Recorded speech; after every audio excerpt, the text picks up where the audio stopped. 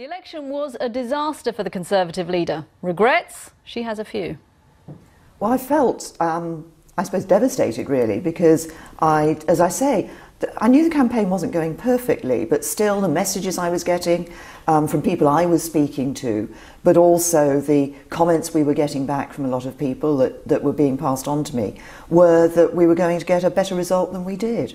Devastated enough to shed a tear? Yes, a little tear. Yes. At that moment, that private moment. At that moment, yes. So what does Nigel Farage think of this softer Theresa May?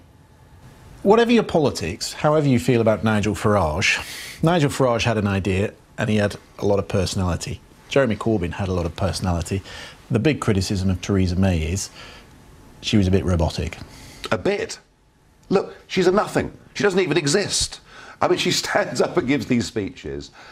She's humourless, robotic, as you've said, lacks sincerity completely. And for me, the one thing that sums her up is after that disastrous fire at the Grenfell Tower, and she turns up as Prime Minister, shakes the hand of the police chief, shakes the hand of the fire chief and disappears, doesn't even meet the families that have been affected by... I mean, goodness me, the King and Queen, during the war, went to the East End of London to visit people who'd been bombed overnight. So she lacks the human touch, she's too buttoned up, and she also, I think, comes across to me as the ultimate career politician. She will go whichever way public opinion takes her. Does that worry you when it comes to Brexit? Because this is a tough enough ask anyway, and you have to carry the country with you. It does worry me, yes, because I mean, she was asked in that general election time and again, did she as a Remainer now believe in Brexit? And all she could say was, we'll carry out the will of the people. Look, I think that over the course of the next few months, it'll become clear that she's not really commanding the support of her own party,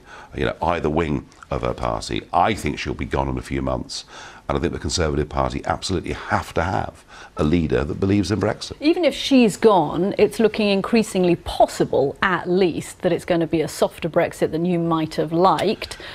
A year ago, would you have thought this was possible? No, I thought we were a democratic country.